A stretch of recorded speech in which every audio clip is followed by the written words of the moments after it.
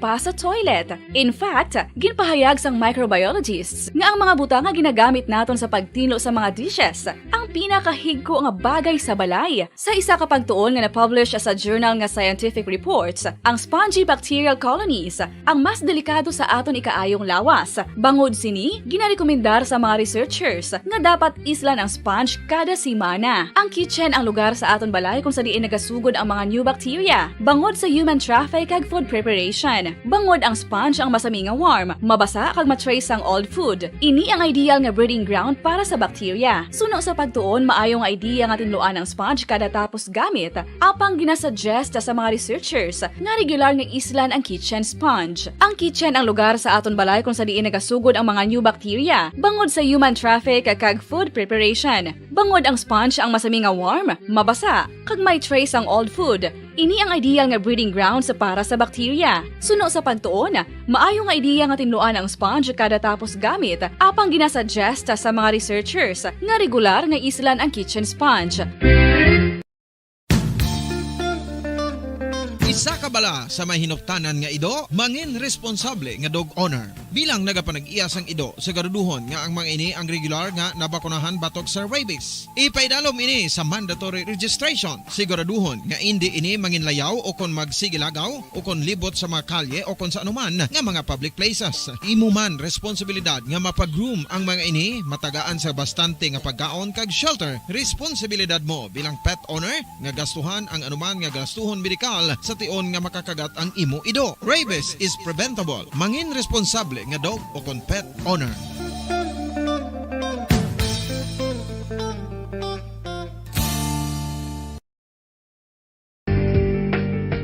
Kinahanglan mo bala nga mag-recharge? Hindi mo na kinahanglan nga magsalig pa sa caffeine. Bangod ang pag-power nap ang makapaboost sang memorya, cognitive skills, creativity, kag energy level. Ang power nap o kon cat nap ang pagtulog sang malipot nga oras kag may tinutuyo nga i-revitalize ang isa ka persona. Masami ini nga nagadugay sang 15 to 20 ka minutos ginahimo kun udto o kun hapon. Santo sa pagtuon, mas mangin alerto ang isa ka persona kung maka-power nap ini. Nagapabuhin man ini sang stress kag nagapa-improve sang cognitive functioning. Isa ini kapamaagi agud nga ma-refresh ang utok sang tawo kung ginakapoy. Magluwas diri, nagapanubo man ini sa risgo sang heart disease.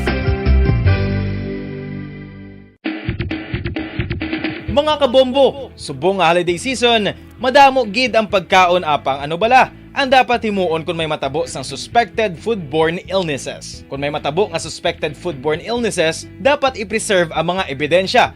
Kung may bahin sang suspected food nga nabilin, taguon ini. Putson sang maayo kag ibutang sa freezer. Magpabulong sa gilayon. Kung ang sintomas nagapadayon o kung nagalala, gilayon nga magkadto sa doktor agud magpakonsulta. Hindi man magkalipat nga i-report ang insidente sa local health department. Ginhangkat man sang mga problema dala sang pandemya kag iban pa. Kita padayon nga magatindog, magabato sa anuman nga unos. Sa Pilipinas, ukon sa dinman nga bahin sang kalibutan. Sa ulugon nga puno sang kalipay kag paglaom, ang subong nga Paskwa. Kaupod ang Bombo Radio Philippines. Merry Christmas, mga kabombo! Ini ang Bombo Radio Bacolod para sa pambansang radyo ng Pilipinas. Consistent, overall number 1 sa Bacolod. Basta Radio! Bombo!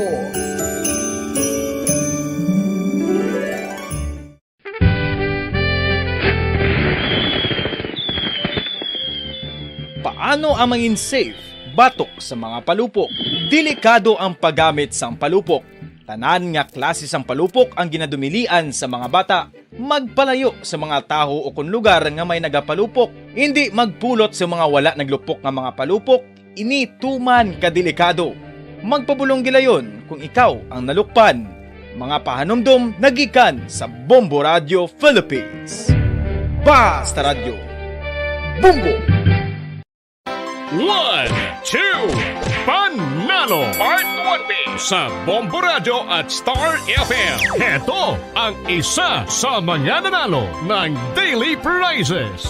Ako si Alma de Guzman sang Sunwan, Barangay Mambulak, Silay City. Ako nagdaog sang 500 pesos cash, kag balor nga 650 nga groceries. Ako nagapasalamat gid una sa tanan sa aton mahal nga Dios nga ginbugayan sang sini nga grasya paagi sa Bombo Radio kag sa Star FM. Kag ining akon nga nadag-an ang kwarta idugang ko sa kinanglanon sa amon panimalay kag subong man sa bulong sa akon nga bana na stroke na siya. Pagkatapos dugang jutay nga kapital sa akon negosyo man para nakadugang-dugang. Kamo nga mga utod ko nga ara dira nagapamati kag nagalantaw sa Bombo Radio, ginaagda ko man kamo magpasakop sa sining ilang nga promo nga dako nga bulig ini para sa aton nga kinahanglanon. Kag sila nagapadayon sa gihapon basta radyo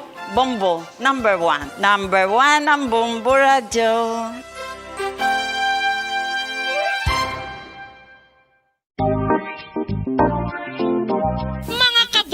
Nakahibalo-bala ka mo nga halos maghampak na sa 3 million ang natapikan sang COVID-19 sa Pilipinas. Mataas sa gihapon ang active cases sa bugos nga pungsod. Kag halos 50 mil na ang mga nagtaliwan bangod sa sini nga virus. Hindi magkumpiyansa. Depensahi ang kaugalingon kag ang imo mahal sa kabuhi. Magpabakuna na batok sa COVID-19. Pahanumdom nagikan sa Bombo Radio Bacolod. Basta Radyo Bombo!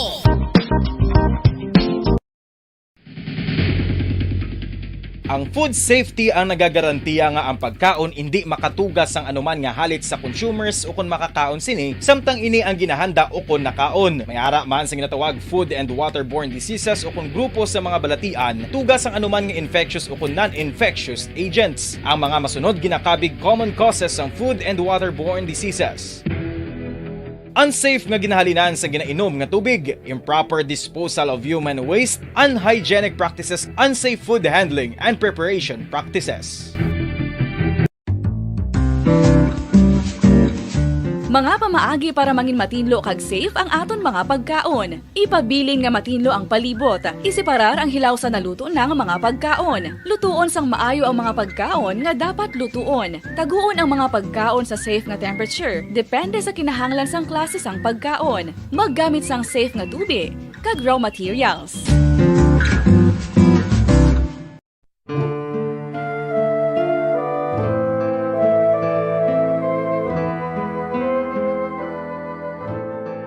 Pangamuyo para sa 2022 elections. Sa ngalan sang Amay, sang Anak, kag sang Espiritu Santo. Amen. O Diyos nga amon Amay, sa amon paghandom para sa maabot nga 2022 elections, nagasalig kami sa imo saad nga ipadala mo sa amon ang mga lideres nga nagatuman sang imo mga sugo kag may kinaugali nga nasanto sa imo tagipusoon kag espiritu. Ginoong Jesus, hatagi sang inspirasyon ang tanan nga nagahandom nga magpungko sa pwesto, agud sila mangin leader kag alagad nga magabutang sang kaayuhan sang kadaman, ilabi na ang mga kubos, mga maluya, kag mga ginapigos, labaw sang sa ila personal nga interes. Tagdumala nga alagad nga nagahandom sa matudtud nga pag-alagad, kag indi nga sila ang pag-aalagaran. Tagdumala nga alagad nga may integridad, kag kaluoy para sa tanan. Ubalaan nga Espiritu Santo, sanagi ang amon mga huna-huna kag kasing-kasing, agud amon makita sang maathag ang mga kinahanglanon sang amon katawhan, ang mga promesa sang mga kandidato, kag ang ila ikasarang sa pagtuman sini tanan. Nga kami magpili sang husto nga lider, nga matuod nga magadumala kag mag-alagad, lider nga nagatuman sang imo sugo kag may kinaugali nga nasanto sa imo tagipusoon kag espiritu, lider nga magahiusa kag magagiya sa amon sa pagpatigayon sang kayuhan sang tanan kag para sa imo bug-os nga kahimayaan. Amay, Anak, kag Espiritu Santo, Ikaw ang Diyos sang kabuhi kag paghigugma. Ang Ginoo sang tanan nga panahon, mag-upod ka unta sa amon sa siningtion nga nagahanda kami para sa palabuton nga eleksyon. Amen. Sa ngalan sang Amay, sang Anak, kag sang Espiritu Santo. Amen.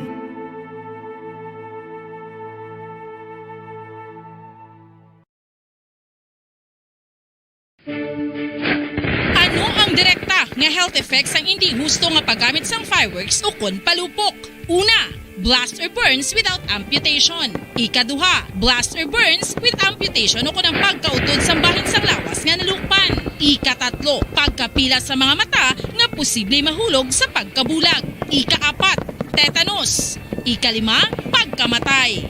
Gani, likawan ang paggamit sang palupok ilabi na subong nga holiday season.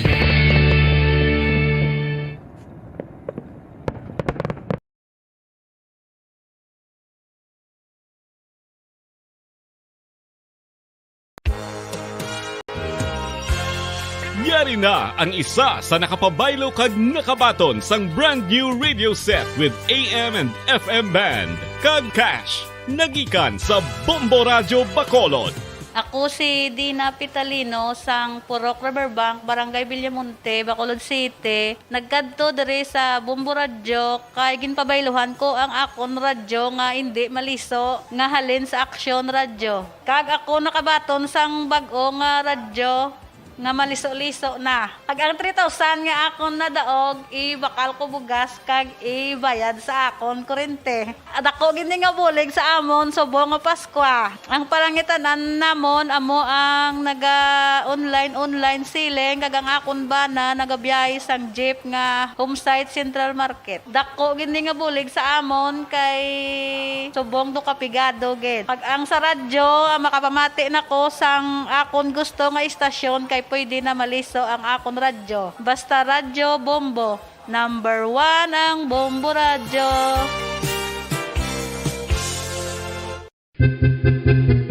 San o ikaw ulihi nga nag-ilis ang sponge nga ginagamit mo sa paghugas sa mga kitchen utensils? Ang kitchen sponge mga kabombo, ang mas mahigko pa sa toilet. In fact, ginpahayag sang microbiologists nga ang mga butang nga ginagamit naton sa pagtinlo sa mga dishes ang pinakahigko nga bagay sa balay. Sa isa ka pagtuon nga na-publish sa journal nga Scientific Reports, ang spongy bacterial colonies ang mas delikado sa aton ikaayong lawas. Bangod sini, ginarekomendar sa mga researchers nga dapat islan ang sponge kada semana. Ang kitchen ang lugar sa aton balay kung sa diin nagasugod ang mga new bacteria. Bangod sa human traffic kag food preparation. Bangod ang sponge ang masami nga warm, mabasa kag matrace ang old food. Ini ang ideal nga breeding ground para sa bacteria. Suno sa pagtuon, maayo nga idea nga tinluan ang sponge kada tapos gamit. Apang ginasuggest sa mga researchers nga regular nga islan ang kitchen sponge. Ang kitchen ang lugar sa aton balay kung sa diin nagasugod ang mga new bacteria. Bangod sa human traffic kag food preparation. Bangod ang sponge ang masami nga warm, mabasa, kag may trace ang old food. Ini ang ideal nga breeding ground sa para sa bacteria. Suno sa pagtuon, maayo nga idea nga tinluan ang sponge kada tapos gamit, apang ginasuggest sa mga researchers nga regular nga islan ang kitchen sponge.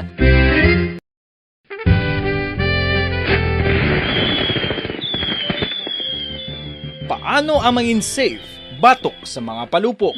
Delikado ang paggamit sang palupok. Tanan nga klase sang palupok ang ginadumilian sa mga bata. Magpalayo sa mga taho o kun lugar nga may nagapalupok. Hindi magpulot sa mga wala naglupok nga mga palupok. Ini tuman kadelikado. Magpabulong gilayon kung ikaw ang nalukpan. Mga pahanumdum nagikan sa Bombo Radio Philippines. Basta Radio Bombo!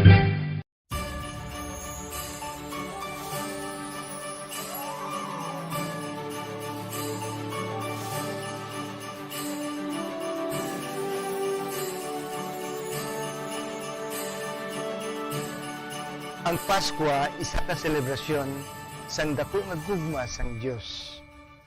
Iniimbitasyon man sa paghatag sini nga gugma sa isa kag isa. Sa sining tiyempo sang COVID-19, kita ginahatagan sang kahigayunan nga mangin alagyan sang dako nga gugma sang Dios. Paagi sa aton pagtatap, pagbulig, kag ululupod na pagpanglakaton bilang simbahan sang paghigugma. Gani, sa sini nga Pasko, wala sing maulihi, wala sang mabayaan. Ululupod kita sa Pasko. Ululupod kita sa paghigugma. Kabay nga bendisyonan kamo sang Dios sa sini nga Pasko, kag ang inyo pagsaulog sang bag-o nga tuig mapuno sang iya nga grasya.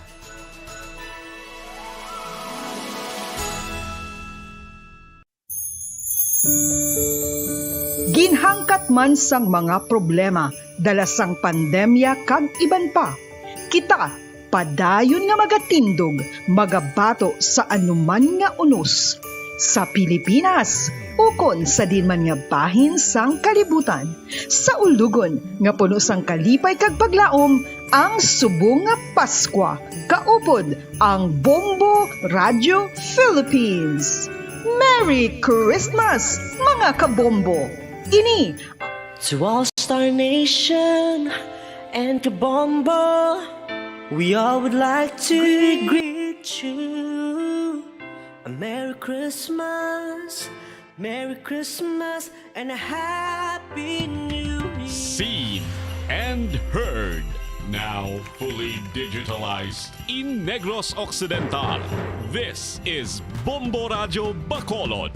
Happy New Year, Happy New Year, Happy New Year, Happy New Year.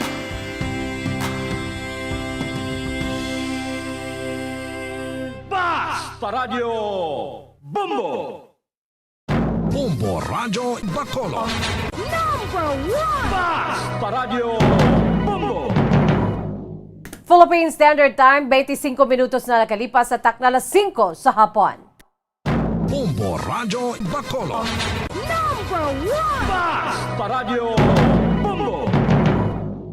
May hapon syudad sang Bacolod, kabugusan nga probinsya sa Negros Occidental, bugos nga Pilipinas, kag bugos nga kalibutan. Yan din naman ang pagdulong namon sa inyo sa madalalag ko. Bag-o, mainit-init pa nga mga balita diri sa Bombo News and Views Afternoon Edition. Subong adlaw Sabado, thank God it's Saturday, TGIS, petsa 25 sa bulan sa Disyembre 2021, kag subong adlaw, nagasaulo kita sang Pasko, mga kabombo, no? Merry Christmas sa aton sining nga mga kabombo. Antes kita magpadayon ni ang aton sining nga mga headlines. Sa aton sining mga headlines, police nga assign sa Silay City Police Station patay matapos nga matrap sa nasunog nila nga balay sa syudad sa Talisay kainas ang aga. Western Visayas naka-record sang isa ka firecracker-related injury halin sang Disyembre 16, Bacolod kag Negros Occidental 0 case gihapon. Samtang si Palo City Disaster Risk Reduction and Management Office naguntat na sa search operations sa anom ka mga residente nga gin-report missing kadungan sa paglabay sang bagyong Odette. 1,500 ka mga evacuees nagsugata sang Christmas sa mga evacuation center sa syudad sang Sipalay. Samtang mga Pinoy sa Israel nagaselebrar sang Christmas Day, bisan wala nagapati diri ang mga Jews. Mga mangunguma ginpatay sang NPA sa banwa sang La Castellana. Ginapahayag ginsugo sa mga rebelde nga mangayo sang bugas apang wala nagpati. Amoyad to mga kabombo ang aton si mga headlines. Kagkaroon, lito na kita sa mga detalye na sa aton nagapaunag nga mga balita upod sa inyo sining nga mga tagbalita. Bombo Zaldi Foro II Kag Bombo Jazz de Jesus Madrigal. Sa mga detalye na sa aton nagapangunag nga balita, isa ka masubo nga Pasko ang nagsugata sa pamilya Jasanta sa syudad Santa Rosa diri sa probinsya sa Negros Occidental matapos nga matrap ang ila bata nga pulis sa nasunog nga balay kainas ang aga. Sunod sa kay Fire Senior Inspector Jovelyn Zamar, ang Fire Marshal sa Talisay City Fire Station, iara sa simbahan sa Day Oldarico kag Virginia Jasanta kag nagatulog si PO2 Jober Jasanta sa sining nga kwarto sang nagsugod ang kalayo sa living room sang balay alas 6 sang aga. Nakagwa sa piya ka kwarto ang utod sang pulisya pang dako na ang kalayo. Nagkuha pang utod sang tubig kag nagtinguha nga basyahan ang kalayo apang hindi na niya masarangan ang init. Nabatian naman nga nagsinggit sang tabang ini si PO2 Jober apang wala na ini nakagwa sa iyang kwarto kag didto na nasunog. Ang 36 anyos na pulis ang assigned sa Silay City Police Station. Siya ang may asawa kag kabataan apang nagbakasyon sa barangay Maaw, Syudad Sambago ang iya sini nga misis kahapon. Ang biktima ang nagpauli sa ilabalay sa Talisay kahapon bangod gindulong sini ang salakyan nga gamiton sa iya ginikanan padung sa simbahan kay inas ang kagahon. Sunod sa fire marshal, nagagwa sa inisyal nga investigasyon nga nasunog o kon nagasugod ang sunog sa napabayan nga kandila sa living room sa Pamilya de Santa, bangod wala gihapon sang supply sang kuryente sa syudad, humalin sa naglabay si Bagyong Odette. According sa ila, sa initial investigasyon sa family, napabayaan na kandila. Nakuha pa kami to sa mga evidence, kag ang mga ashes nga para masigurado ta, mapalaboratory kung amugid man na ang cost, ang final cost sang nasambit na sunog. May ara siya upod sa piyak man na kwarto ang iyang utod nga lalaki. Pagbugtaw ya kay nakibot lang siya nga do nag-init nga namo na paghuwa na dako na ang sunog. Ang kabay sa pagpag ni Fire Senior Inspector Jovelyn Zamar, Fire Marshal sa Talisay City Fire Station. Kaagod sini nagpanugyan si Zamar nga maghalong gid kag hindi pag-ibilin ang ginsindihan nga kandila agud hindi malipatan. Sunod diri ang ginsindihan nga kandila dapat nga patindugon sa baso kon lata kag hindi sa plastik kag ipalayo sa kortina agud malikawan ang sunog. Isa pa lang na record nga firecracker-related injury sa bilog nga Western Visayas halin sang Disyembre 16 tubtob subong nga nagahilapit ang pagsugata sang tuig 2022. Suno kay Police Lieutenant Colonel Arnel Sules, spokesperson sa Police Regional Office 6 akon PRO 6, taga-kapis ang napilasan bangod sa palupok apang minor man ang lang ang pilas nga naagom sini. Wala naman sang na-record nga firecracker related injury sa Bacolod kay Negros Occidental. Humalin sang ginsuguran sang DOH ug PNP ang pagtali sa mga firecracker related injury sa Disyembre 16. Suno kay Soles, handom kuntani isang PRO 6 nga wala gid sang mapilasan kaduhan sang holiday season apang hindi ini malikawan. Wala naman sang na-record nga insidente sang illegal discharge sang firearms o kung naigo sang stray bullets halin sa Disyembre 16. Bangod ang natabo sa Cadiz sa Disyembre 5 ang hindi pa makabig nga New Year related injuries. Madumduman nga napatayang isa ka tuig nga bata nga babay sa sitio Aluyan, barangay Kaduhaan, syudad sang Cadiz matapos maigo sang stray bullets. Kadungan sini nagpanawagan si Sules sa publiko nga i-report sa kapulisan kung may nahibuluan nga nagpalupok sang armas. Wala man sang muzzle taping sa armas sa mga pulis bangod nakitaan nga disiplinado man ang mga ini sa paghandle sang armas. Sa tion nga mapamatud-an nga nagpalupok sang armas ang isa ka puliso na sa PRO 6 spokesperson, magapangatubang ini sang kaso administratibo. Sa bilog nga pagsilibrar naton sa Christmas, nagpasalamat kita nga may ara lang sang isa ka insidente no related sa firecracker which natabo ini sa probinsya sa Capiz. So sa bilog ng Western Visayas, since nga nag-umpisa kita sa simbang gabi no, December 16, and sa subong adlaw naka-record lamang kita sang isa ka firecracker related incident. Ang kaban sa pagpayag ni PRO 6 spokesperson Police Lieutenant Colonel Arnel Soles. Samtang ginuntatanas sa Sipalay City Disaster Risk Reduction and Management Office ang search operations sa anom ka mga residente sang syudad na gin-report missing kadungan sa paglabay sang Bagyong Odette. Sa interview sang Bombo Radyo kay Sipalay CDRRMO Assistant Salvador Mesa, 17 gihapon ang death toll sa syudad kadungan sa pagbaha kag makusog nga hangin nga dala sang bagyo kung sa din kalabanan sa mga napatay ang nagkala lumos. Apang matapos ng 2 ka adlaw nga wala na sang na-retrieve nga bangkay kag wala naman sang masimutan nga sign of life ang mga sa sniffer dogs sa bahin sang suba kag higad sang baybay, ginistorya sang CDRRMO ang pamilya sa missing nga untatan na ang search operations. Ginpanugyan na naman ang mga residente nga nagapuyo malapit sa suba ukon sa baybay nga i-report giliyon sa barangay officials ukon sa CDRRMO kung may panimahuan nga baho agud nga mapadulungan ang lugar. Tinilik na adlaw 3 kapatay nga karbaw ang nakutkot sang search team nagikan sa lugar gintudlo sa mga residente nga may nagapanimaho. Amang aton gyapon nga casualty 17 kag aton nga things is 6 gyapon nga operations recovery operation naton stop na pa siya ma'am kay pila nakadlaw nga wala ta sa may nakawakad. Ang aton na lang subong may mga pamuluyo kita da nga lapit sa riverbanks kag daw may ma-smell sila blang daw bad smell nga daw tao gid mo nga pag-deploy ta kay basikon may masamay makita pa ta. Kabay sa pagpayag ni si Palay CDRRMO Assistant Salvador Mesa.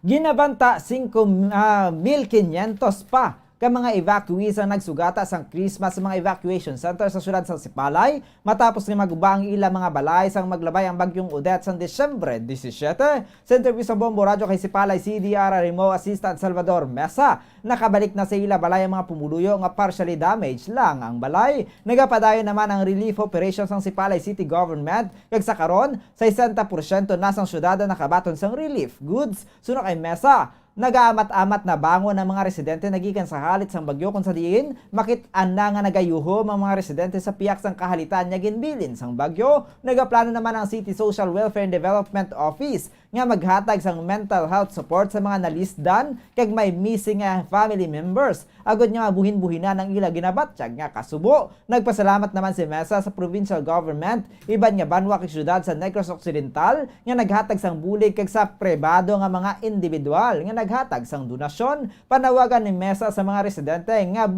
bululigay kag ululupod ang mga taga Sipalay sa pagbangon nagikan sa kalamidad. Kagapon kami nga 1,500 kabalan. Gamatamat na sila mabalik, ma'am. Gamatamat na balik. Kagang tananta subong nga mga relief operation, no? Nga sige na, no? Almost kagapon na to, almost 60% na sang aton nga igo sang aton nga ano sa mga evacuees naton, kilanlan sang relief na ano na naton, na labot na naton, 80% na dadadiya na to. Ang kabayan sa pagpayag ni Sipalay CDRRMO Assistant Salvador Mesa. Samtang sa ibang paginato nagapaunang balita sa bayan sa aton sining Christmas around the world, liton kita sa Israel. Wala nagapati ang mga Jews sa Christmas. Apang nagaselebrar gid sang pagkatawo ni Jesus ang mga Pilipino nga yara karon sa Israel. Sunod kay Bombo correspondent Alona Yunting, nagikan sa Haifa, Israel, nagaselebrar sang Christmas sa mga Kristiyano, samtang wala naman nagapati diri ang mga Jewish people, gani normal lamang ini nga adlaw para sa ila. Karon sa gabi, may Christmas party ang mga Pinoy sa Northern Israel kung saan magaupod man ang nakalilain nga grupo. Sunod sa kay Yunting, nagbayad lang sila sa venue kag catering, bagod wala sila sa tiyempo nga magpreparar sa mga Filipino foods na binagid nga may Omicron variant. Hindi naman tanan nga mga Pinoy ang available para sa Christmas party bangod sa pamahog sang Omicron variant sa Holy Land. Sa karon, bukas sa mga turista ang Bethlehem, labi na gid sa mga Pilipino kag bus sa ilang ginasakyan padulong sa lugar. Ay ban sa mga ini ang nagakadto sa Bethlehem December 24 kag December 25 na sila magapauli. Nalipay naman sa Dayunting nga makaligan isa ka semana kapag ulan, nagunta ta ini sa karon kag hilway ang ilang pagpatigayon sa Christmas party. So during Christmas Day, we usually work. Normal day lang para sa aming mga, because Israeli people, Jewish people, doesn't believe in Christmas Day, okay? So ang nagsiselebrate lang dito ng Christmas is the Christians and we Filipinos. Merong Arab Christians na nagsiselebrate ng Christmas, pero yung Jews, hindi sila. Ang mga Pilipino lang talaga ngayon ang busy sa pag-celebrate ng Christmas. Like us, Filipino, in northern part of Israel, especially in Haifa. Ang kabay sa pagpahayag ni Bombo International Correspondent Alona Yunting, nagikan sa Haifa, Israel. Kadto naman kita sa Finland. Nakaandan naman sa mga Pinoy kag iban pa nga turista sa Finland ang pagbisita sa Lapland sa tion sang Christmas. Sunod kay Bombo International Correspondent Anna Askonen, nagikan sa Finland, nagbisita sila sa Lapland kag nagpadulong sa Santa Claus Village. Sunod kay Askonen, halos hindi mabatyagan ang Christmas sa Finland kung wala sang snow. Ang Lapland ang ngara sa Arctic Circle kag ini ang tourist spot sa tion sang winter season kung sa din puno ang mga hotels. Magadepende naman sa tiniran nga hotel ang bayad sang turista, kunyara sa Santa Claus Village kag magatiner sa Iglo 1,000 euros o kon 56,000 pesos ang bayad kada gabi. Samtang yara naman sa gwa sa syudad ang 150 euros o kon 8,400 pesos kada gabi kagini ang maigo sa apat ka mga tawo. Suno kay Asconen, may mga Pilipino man nga nagakadto sa Lapland kahapon, may naistorya ini nga halin sa London, kag ang iban ang lain-lain man ang nationality. Suno kunyara naman sa balay, naghahanda gid ang mga Pinoy sa Finland sang Filipino food apang ang ilang ham, ang base sa ham sang mga Finnish. Nasa ni siya, nasa north part. Ari di sa may Arctic Circle. During winter, amo na di pinaka-tourist spot sa mga nagakaladto di sa mga lain-lain nga lugar. Puno na di sila, puno ang mga hotel di puno. Subong lang ni galing kido pigado ang dahil sa sa COVID. Di masyado subong ang mga tourist dire.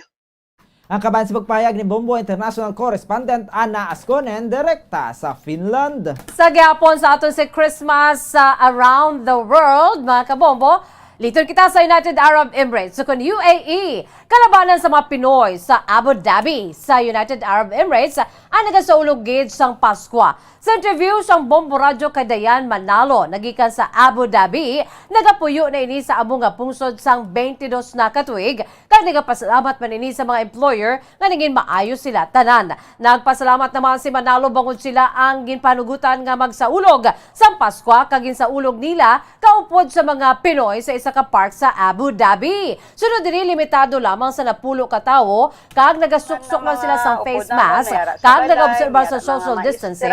Bangod kun madakpan nga naglapas mayara sang multa nga 4,000 pesos ang equivalent diri. Sunod pa kay Manalo nga padayon ang hugot nga pagpatuman sa mga minimum health protocol sa ila sini nga pungsod. Dugang pa ni Manalo ang pagtinamdanay nila dito sa mga Pinoy ang kaangay lamang sa mag-ululutod. Sunod pa sa iya may makitaan man nga mga decoration ka Christmas lights kaangay sa mga malls ka mga puloy-an. Sunod pa kay Manalo ang iya sining employer ang nagasupport naman sa ila pagsaulog sa Pasko kag ang mga ini ang nagatamyo man sa ila sang Merry Christmas apisar nga ang mga ini ang mga Muslim. Oo, sinadya kami di sa park.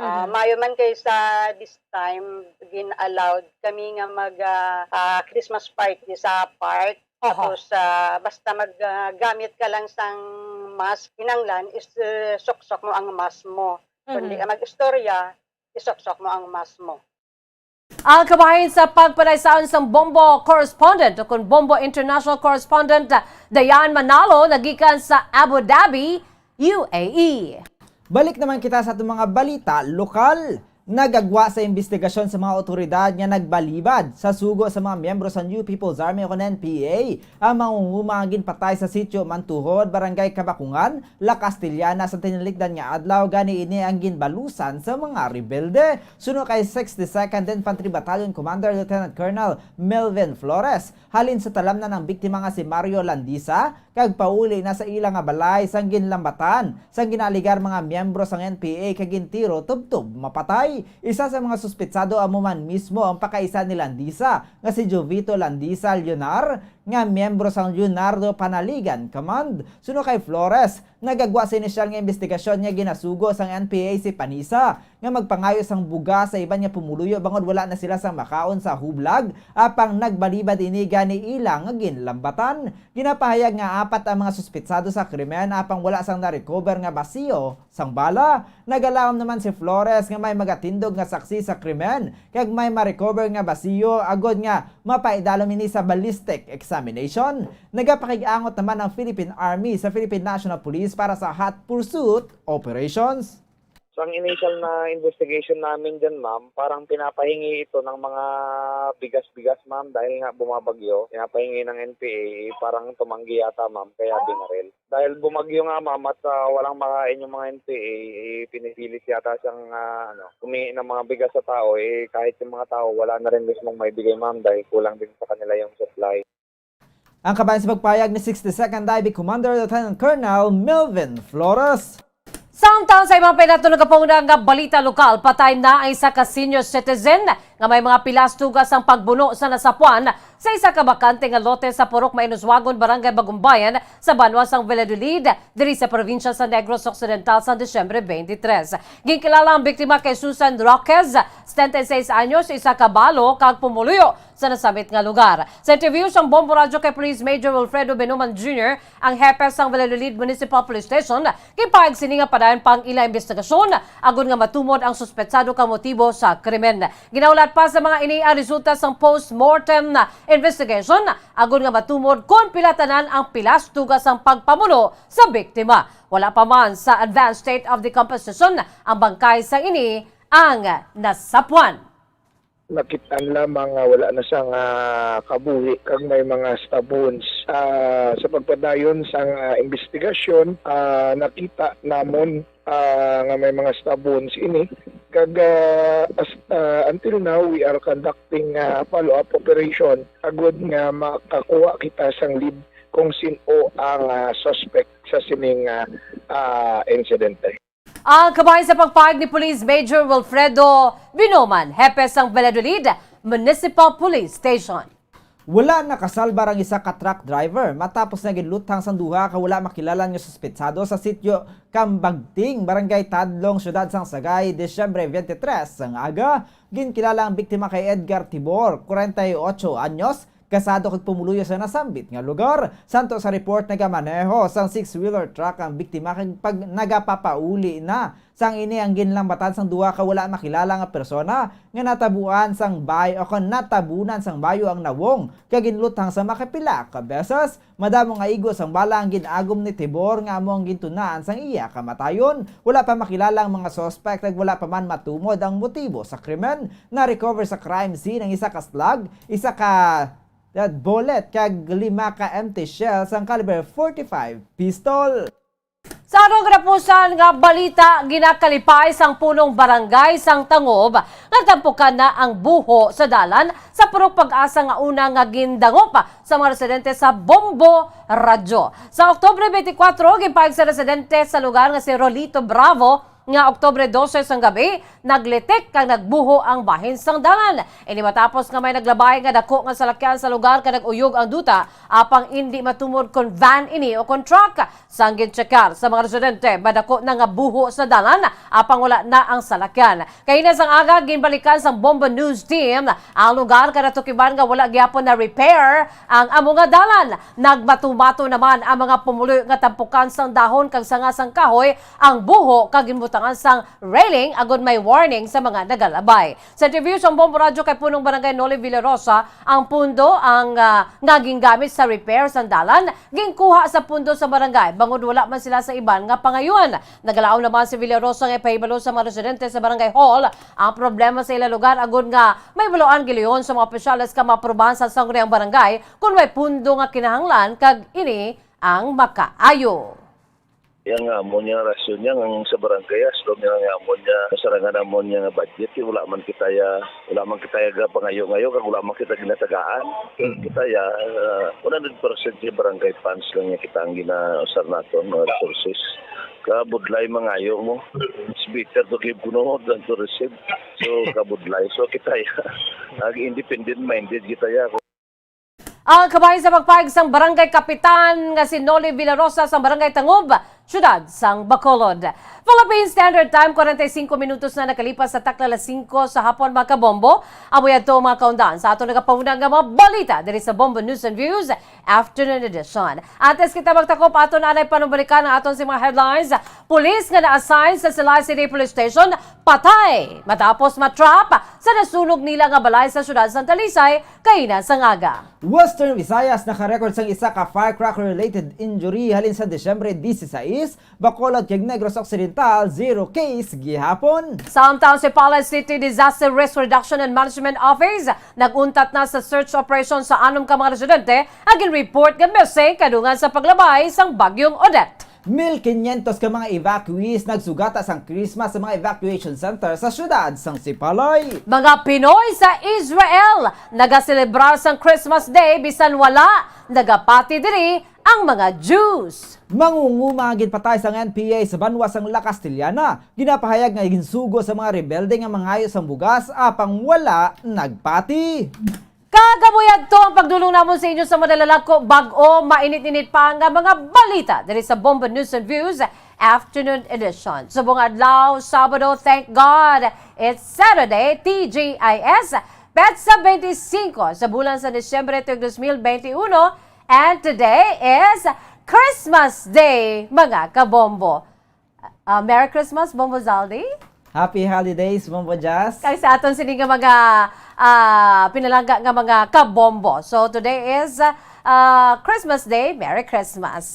By the way, standby na kamo sa aton sini masunod nga programang Bombo Reports Afternoon Edition. Upo naman sa kay Bombo Franz Andrew Burgos. Kag sa gihapon, ini ang inyong mga tagbalita. Bombo Zaldi Foro II. Kag Bombo Jazz de Jesus Madrigal para sa pambansang radyo ng Pilipinas. Consistent overall, number 1 sa Bacolod, Basta Radyo Bombo!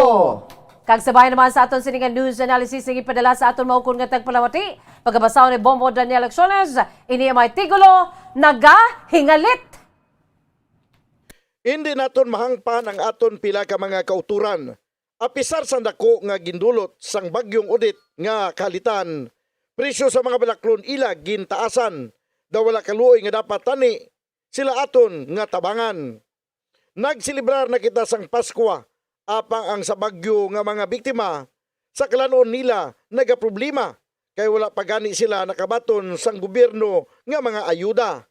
Ini mga negosyanteng mga hingaliton. Kabay patani sa konsyensya kamo ang pukawon, walay kabalaka kag walay balatyagon, imbes nga buligan ang mga biktima gindugangan pagid ang ila palasaanon. Tani sa amo sini nga kalamidad kita ang magbinuligay para ang mga mahulan aton man mapalipay. Ipabatyag naton ang aton kabalaka agud mabatyagan nila nga ara pa ang espiritu sang Paskwa. Ang ini nga panguna-una ang pananawan ang ginpadala ni Leo Siralbo sang Granville Subdivision, Barangay Mansilingan, Bacolod City. Sa mga tagpalamati isang Bombo Radyo Bacolod, pwede man kamo magpadala sang inyo panghuna-huna kag pananawan sa Bombo News and Views Afternoon Edition. Care of DYWB Bombo Radyo Bacolod, CBS Development Corporation Building, Lacson Street, Mandalagan, Bacolod City. O kung pinaagi man sa email address ang Bombo Radyo Bacolod, bombo_bacolod@bomboradyo.info.